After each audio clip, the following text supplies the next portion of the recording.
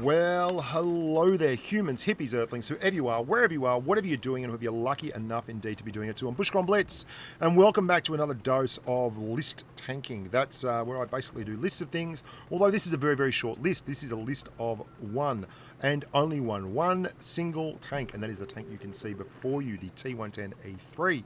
Basically, I'm doing a list at the moment of the worst tank in Tier 10, and this is it. It's a funny one because I've had a hard time figuring out what is, in my opinion, the best tank in Tier 10. Yet, this was not even tough.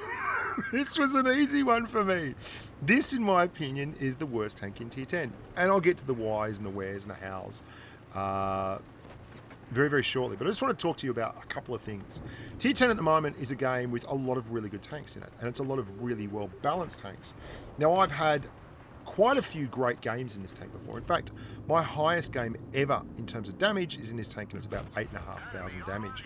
But that was in another era. That was in an era when Blitz wasn't so bloody fast. And the game was different, and equipment and spare parts and everything didn't exist in the manner it does now. And really, the metas weren't developed, and a lot of tanks that exist now just weren't in the game, like that tank there, the Batchat, for instance. And you can see there, hitting a Batchat for 1,000. What are you talking about, Bushka? But that's neither here nor there. That's a 150mm gun. That's all that is. And you can get 150mm guns in all kinds of shapes and flavors at this tier. And this is kind of the worst flavor you're going to find. You might see me lifting my gun up, by the way. That's to hide my hatch, just in case someone wants to hit my hatch. I quite often do that in this tank to get things done. What you might not realise about this little thing, though, the T110E3, is that it is the slowest tank at its tier. And that is not a good thing. In a tier where the game is developed to the point where speed is really evident throughout all the classes. I mean, you've got tanks like the IS-4 that do 40 kilometers an hour and the IS-7 which do 50 kilometers an hour. You can be COD'd in this thing in the T110E4. I mean, these are the kind of things that happen to you in the T110E3. And I'm going to show you plenty of these examples where you get left. I mean, you can see our Type 61 is sitting in spawn. He's just basically going to farm damage off me, and not much at all. He's doing a very bad job. And I can't do anything. I can't push up to that T110E5 because as soon as I crest the hill, I'll get pumped from the left, and I can't push down to the guys on my left-hand side because as soon as I push down to the left, I'll get pumped from the right. And that, since time immemorial, has been the issue of a non-turreted TD. Fair enough. I mean, look how slow the traverse on this thing is. It has only the Jaggeroo as a tank that has worse traverse than this at tier 10. And phenomenally, the ground resistance stats on this tank are atrocious. The Jaggeroo has a... Now, I'll run through what ground resistance stats indeed are for you. You've got 3 types of terrain in game: soft, medium, and heavy, for instance. And the lower the number, the better your traverse terrain resistance stats. This has 1.5, 1.7, and 2.3 as terrain resistance stats. That is absolutely god-awful. The Jaggeroo has 1.1, 1.3, and 1.9 as terrain resistance stats. It's the reason why you play this tank and you basically have exactly the same mobility as a Jaggeroo in terms of traverse, acceleration, everything. Indeed, what's more embarrassing for this thing is that it has 8 kilometers an hour as a reverse speed. Do you see how easily people go around you? Like, there is nothing you can do. You basically have one choice only, and that's, do I sit in spawn or do I follow exactly where the team's going? Because if you get caught alone in the T110E3, you're dead. And that's one of the things that really blows my mind, is in a tier full of very unique and challenging tanks, your only asset really is that you have a big 150mm gun. And there are heaps... Oh, watch this shot, by the way. This is like... It doesn't get any better than this. Quick switch, HE, bang! I love it. But that's not really the point. You can do this in so many tanks. Anything with a big gun can do this. It's the fact that the big gun is packaged on top of a completely immobile vehicle. And it's one of the reasons why tanks like the Death Star and the T-30 and anything that has a turret get this massive advantage, the T110E4, because as soon as you have to turn your chassis one way or the other, look how easily I'm getting penned here. I simply cannot angle to any tanks. I've got very, very thin side armor. In fact, you know, you've got side armor plate that's 76 millimeters at tier 10.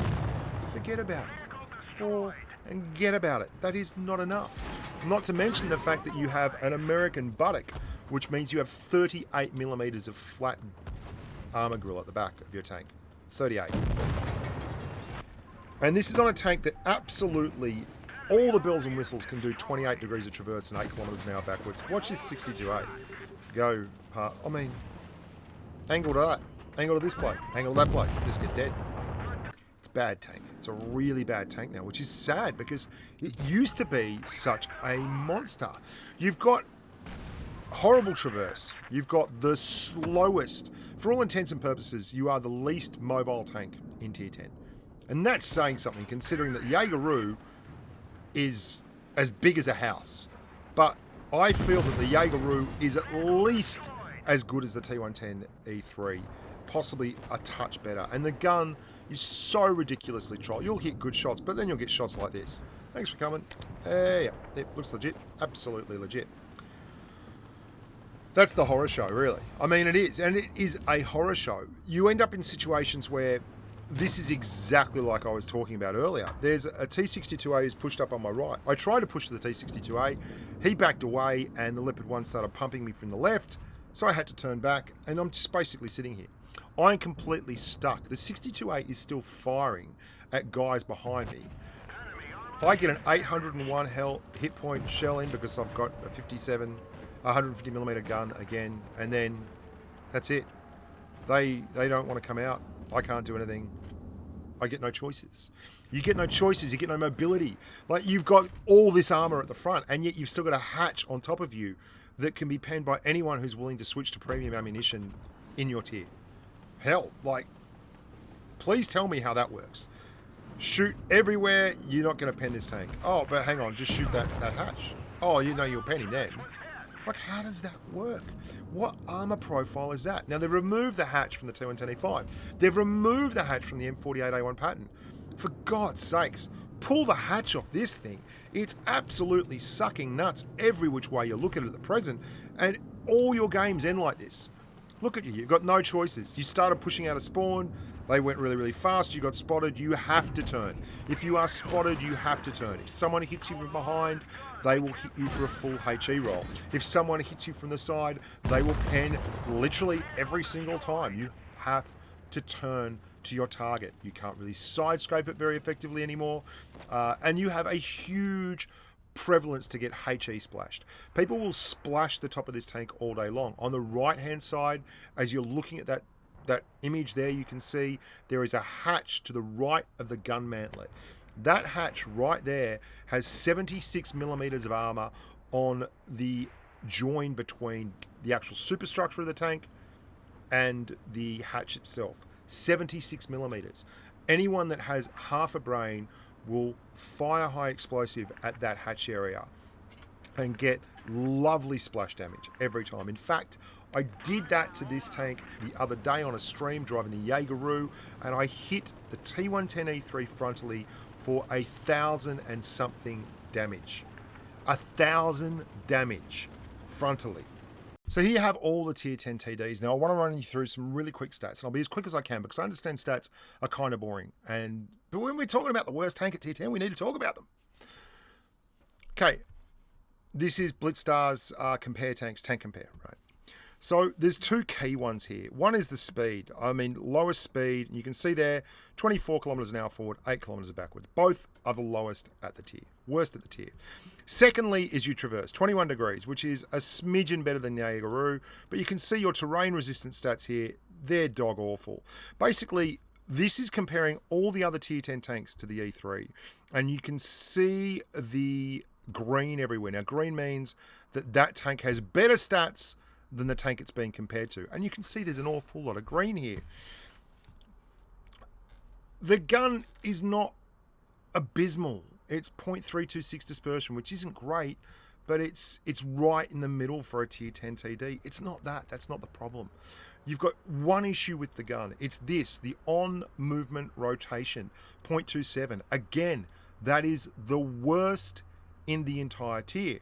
And the reason that that's a problem is that's the coefficient that makes your bloom go enormously. Well, it's not the worst in the entire tier. I'm not going to get into the grill. That's the coefficient that makes your bloom just go out wide and makes life so tough. And the fact that you don't have a turret means that every time you traverse your tracks, that bloom just goes right up, wide open, because you have to traverse to get shots off. You can't side scrape like a Jaeger. You don't have the side armor, and that makes life very, very difficult. So your mobility is pretty bad. Your gun traverse numbers are horrible.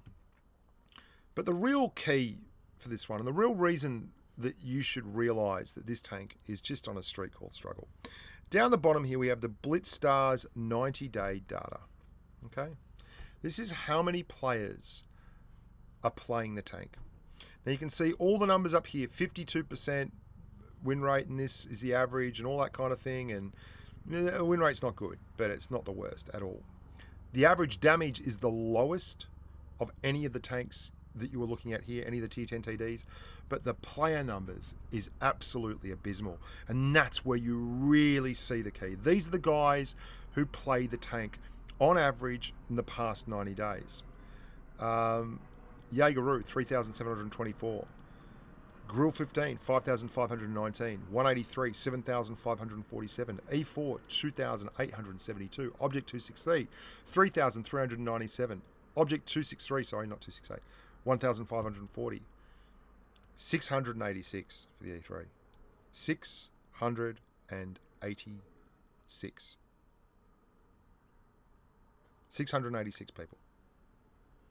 The Foch is 597, but that's a new line. Like, that's a completely new line. This is like the oldest TD line in the entire game. The oldest TD line in the entire game. One of, anyway. It was a vanilla introduction TD line. And there are 686 people on average playing it every 90 days. That is just the best kind of stat you can get. But Bushka, you say, I play this tank and I got 3 masteries in it. Yeah, that's excellent. That's epic. Amazing. I mean, people play the 183 and get masteries in that, and they do it sitting in spawn. I mean, you can do that in this tank because it's got a 150mm gun. If the enemy is stupid enough to play into your hands and push on you frontally, then you can do something. Like, I'm not making it up. It's completely possible. But that's no proviso for being a good tank. And can I just say that our Waffle Tractor does everything in his right mind to try and stop me from doing damage in this game. Like, I don't know what he is doing here. He is, apart from being awkward and pointless, but he's just getting in the way and saving tanks. I'm sorry, Kubaba, but mate, you need to really start getting your act together in your waffle. And I move on. I'm digressing. What does this game say about the T110 E3? Because I do quite well in this game. We lose, and I have to admit that there are a lot of people on NA who know who I am, and you can see there's a general chitter-chatter in-game about who I am and how you got to kill the E3. I mean, this waffle again. I'm sitting up for a shot here, and he just keeps... I know they're going to cross, and I don't know what he's doing. He's just getting in the way, to the point where I'm trying to get away to get a shot, and he's just swiveling, and the E50 gets past anyway, and just doing full 360s in front of me. And what is he doing? Dude. Oh, I digress again. Complete lack of mobility and an armor profile that is so seriously flawed that it can't be relied upon means you have a tank that is built to be a bully in front in straight lines and doesn't get to play those straight lines, and even when it does play those straight lines is quite often a victim of just really easy to pen spots on the tank. Like, you know, it's a bad tank. It's not a tank that you should be playing if you enjoy fast-paced, action-packed gameplay. It's not a tank that you should be playing if you enjoy reliable armor profiles and a gun that can be counted on to do the business time in and time out. For all that, you'll have good games where your armor works and everything goes for you and you get a lot of damage, but you're going to see even at the end of this game, like I would have rather have been in pretty much any other tank in this game apart from the E3. Not pretty much. Any other tank in this game apart from the E3, I think I could have done pretty much what I did in this game anyway. Where to for this tank from here? I don't know. But it's the worst tank in Tier 10. It is. And that includes the 121, which I think is just god-awful. It's still, at least though it has no TPM, it's got mobility. And mobility, like, if you get to decide the engagement, you get to define where the engagement happens. I mean, that's my butt for all intents and purposes. Any American tank's butt, but, you know, if you get to define the engagement, you get to choose terms that suit you. You don't get that option here. You don't have the speed to go anywhere. You're far too slow to be an effective Tier 10 tank. Like, if I could change this tank, I'd give it like another 4 or 5 degrees of traverse and get rid of the hatch. Fixed. It's insane to me that the T110E4 gets more traverse than this tank and it has a turret. Like, it's insane to me that the bloody Jaegeroo has more alpha, so it doesn't have to expose itself for nearly as long, and has a much better armor profile, and is just as mobile, and yet it has 800 alpha, and it's as big as a house. Forget about it. I mean, and you're going to see I lose here in the end because I roll high here, but quite simply my traverse is so bad that I can't help but take damage, and I get tracked. I mean, just sit there and take it. What are you going to do? What are you going to do? Honest to God. This is so sad for me because this tank used to be the tank that I would drive. It was my go-to vehicle when I had to get some wins on the board and I had to do good damage. And it is just not that tank any longer. It's not it's an absolute shadow of its former self. I mean, that's a good game in the E3. I understand that people may well think that I'm wrong, and that's all well and good. Well, I'm happy to take suggestions. But you tell me what tank, and Mr. Deathby, good work, Brantley, excellent work. You tell me what tank you think is worse than this. I'll listen. Until next time, guys, look after yourselves and stay safe on the battlefield.